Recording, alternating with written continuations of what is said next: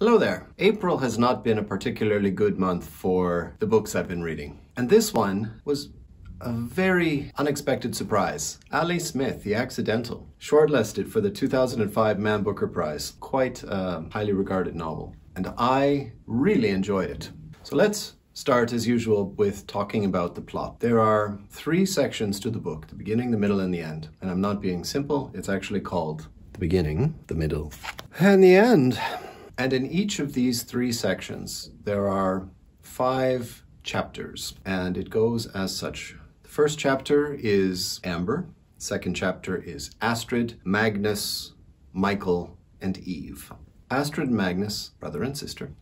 Michael is the stepfather, and Eve is the mother. And Amber is the stranger who happens into their house while they're on holiday in Norfolk. Astrid is a 12-year-old girl. She is a bit funny, exploring her personality. Magnus is, I believe, 16, and he is quite unhappy because we discover that he, don't want to give anything away, he participated in something which led to a tragedy.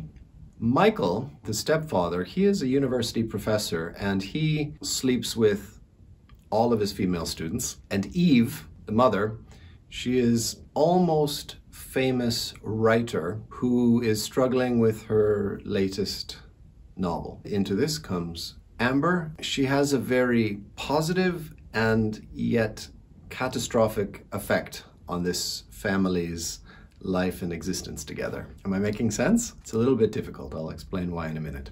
So one day, Amber is sitting on the sofa, and the 2 children assume that she is a friend of the parents. Michael, the stepfather, assumes that it is a friend of his wife, and Eve assumes that it is one of Michael's conquests. And they all accept her and invite her to dinner and invite her to stay. And she quickly becomes a temporary member of the family, for better and for worse. Much worse. What makes this novel quite interesting, every chapter is told in a stream of consciousness of that character. So Amber's chapter is Amber's thinking, and she's really quite a strange one, so her chapters are really very peculiar. Astrid, the 12-year-old, stream of consciousness in that way. Magnus, the depressed 16-year-old, okay, we get that. Michael, who is preoccupied with his girlfriends and this new stranger who, he's taking a fancy to, and Eve, who struggles with her family and her husband's infidelity. But her main struggle that she seems to care for the most is with the new novel that she's writing. All right? Did you get that? It is a bit tricky to begin with, but I think I've read a fair number of stream of consciousness novels, perspectives, so it tends to be very easy to read, but you need to be quite careful because stream of consciousness, you have to look behind the words. Okay, this is what they're thinking, but what is actually happening beneath the surface? I really quite enjoyed this novel, and it was a bit of a surprise for me because I have to admit there is quite a dividing line for me in literature, and that line is 1999 and 2000. Anything before that line, I'm a bit more optimistic and favorable towards. Anything after that line, I tend to be a bit dismissive. I know, it is not very open-minded, but that's just how it is. But even though I may not be very hopeful or optimistic, I do try to read modern literature, because you have to. And today's modern literature is tomorrow's classics. And I did enjoy it. It is written in a somewhat convoluted style. Stream of consciousness, things are happening, we are perceiving these events through all of the different characters' eyes. It is, it's a bit tricky, but not too difficult. You just need to remember what you've read. Like if you want something modern and if you want something a little bit challenging that's not written in the classical style, I think this is a great book and I think you should give it a try. But I wanted to say, when I went to university, it was 1993. This is the first time. And I dug up my old student card. So you can see what I looked like when I went to university. Young, wild and free.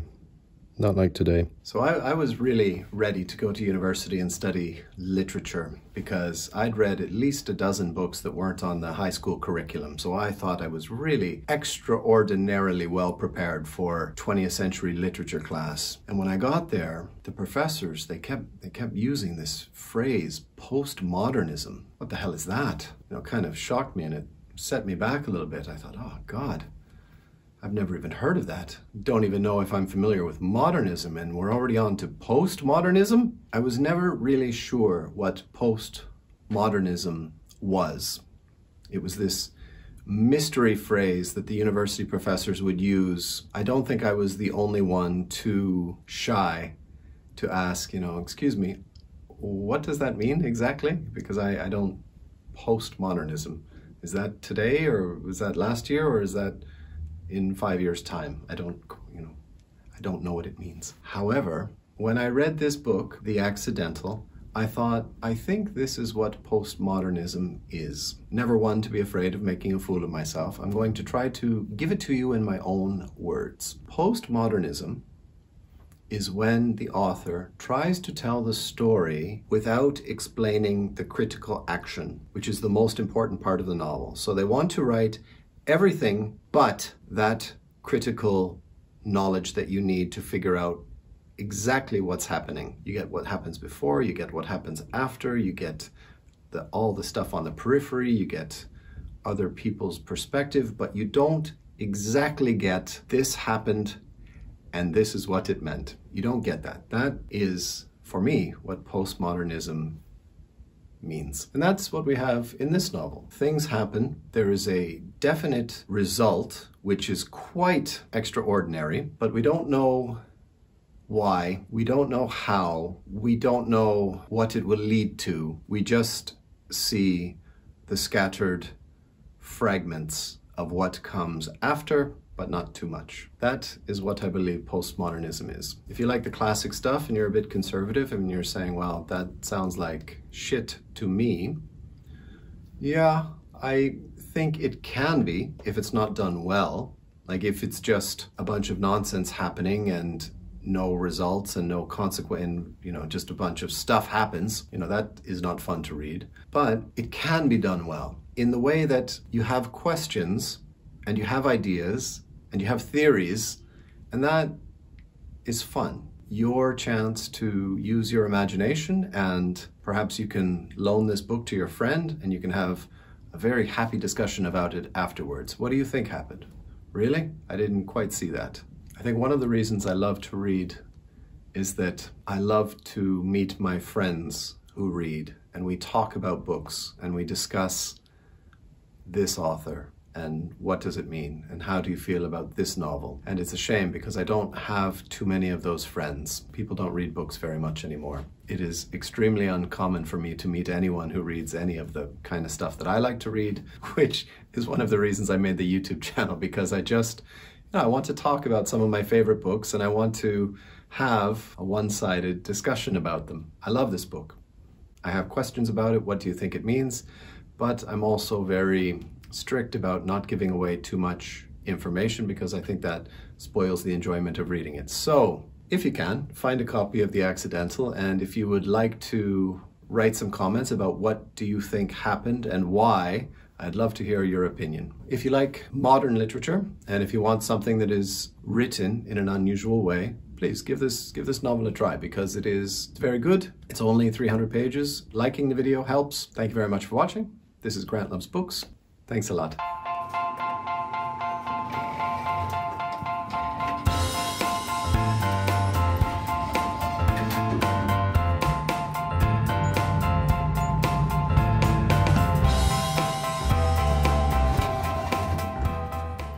I used to feel that at university, just, oh, what is this postmodernism they keep talking about?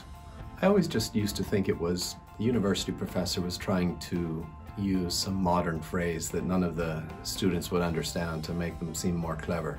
Oh, that's a very good example of postmodernism. Really, is it?